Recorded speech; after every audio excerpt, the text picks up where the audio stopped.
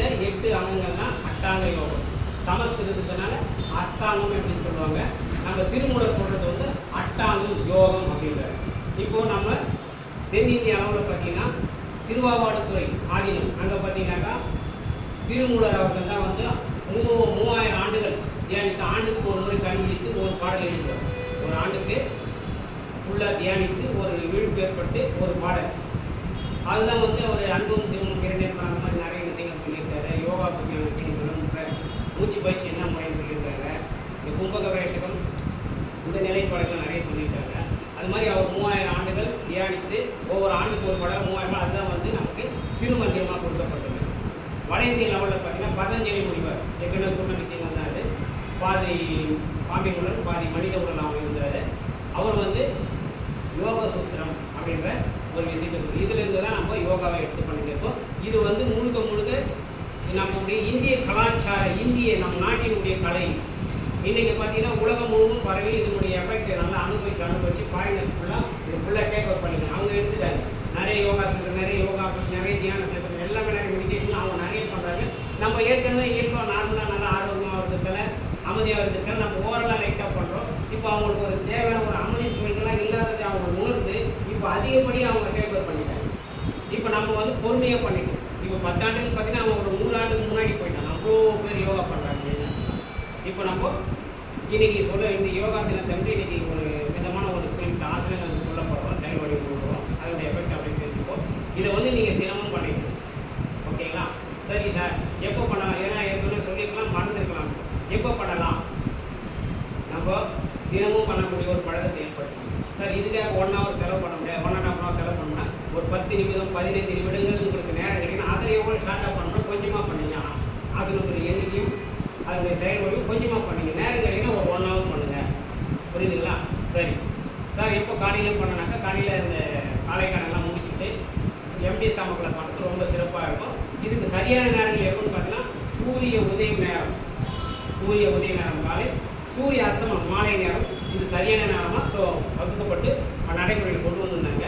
இதை விட சிறப்புனா நமக்கு நேரங்கள்லாம் ஈஸியாக இருக்குனாக்கா விடிய காலை ஒரு 4 மணி பிரம்ம முகூர்த்தம்னு சொல்லுவாங்க. அந்த நேரம் பண்ணால் எல்லாமே அமைதியாக இருக்கும்.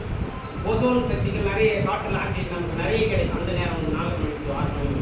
அப்போ இன்னும் கொஞ்சம் பவர் எஃபெக்ட் அதிகமாக. இப்போ சாதாரண டைம் வந்து 2 hours பண்ணுறோம்னா அப்போ ஒரு 1/2 hour பண்ணால் இதோட எஃபெக்ட் கூடுதலாக கிடைக்கும்.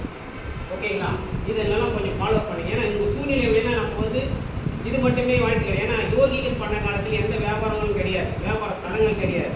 நெட்டில் போய் அப்லோட் பண்ணி அவங்களுடைய விளம்பரத்தை பண்ணி ஆகணும், ஒரு தொழில் பண்ணி ஆகணும், அந்த டென்ஷன்லாம் அவங்கக்கிட்ட கிடையாது. அவங்க அன்புடித்தனமாக அவங்க ஒரே தான் இறைவனை நினைத்து தியானித்து இப்படியே யோகா பண்ணாங்க. அவங்களுடைய காலகட்டங்கள் அவங்க சாராம்சங்கள் வேறு.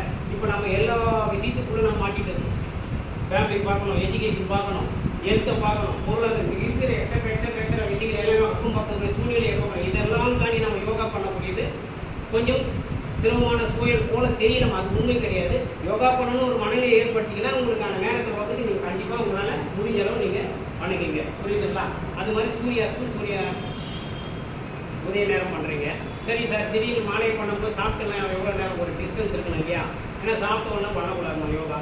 சாப்பிட்ட உடனே செய்யக்கூடிய ஒரே ஒரு ஆசனம் என்னன்னாக்கா வஜ்ராசனம். முட்டி போட்டு அப்படி உட்காரணும் இல்லையா? கால் மணாது. ஏன்னா இந்த ஸ்டமக்கு வந்து பிளட் சர்க்குலேஷன் நிறைய வரனா ஜீரண உறுப்புகள் நல்லா வேலை செய்யறதுனால சாப்பிட்ட உடனே செய்யக்கூடிய ஒரே ஒரு ஆசனம் 84 லட்சம் ஆசனங்கள் மட்டும்.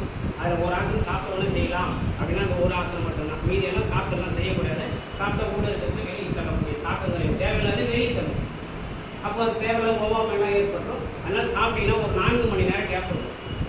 சார் நான் 9 மணி தான் சார் சாப்பிட்டுருக்கோம், அதுக்குள்ள கிளாஸ் சார் அப்போ அப்புறமா பார்த்துக்கணுமா? அது கிடையாது. அது ரெகுலருக்கு.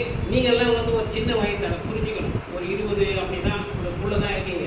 இப்போ உங்களுக்கெல்லாம் அந்த லிமிட் இப்போ தேவை கிடையாது. ஒரு 25-30 வயசு வரை அந்த லிமிட் எல்லாம் பார்க்காதீங்க. உங்களுக்கு எங்கெல்லாம் டைம் கிடையாது, ஒரு 1.5 கேப் 2 hours கேப் கிடைச்சா கூட ஆசனம் பண்ணுங்க.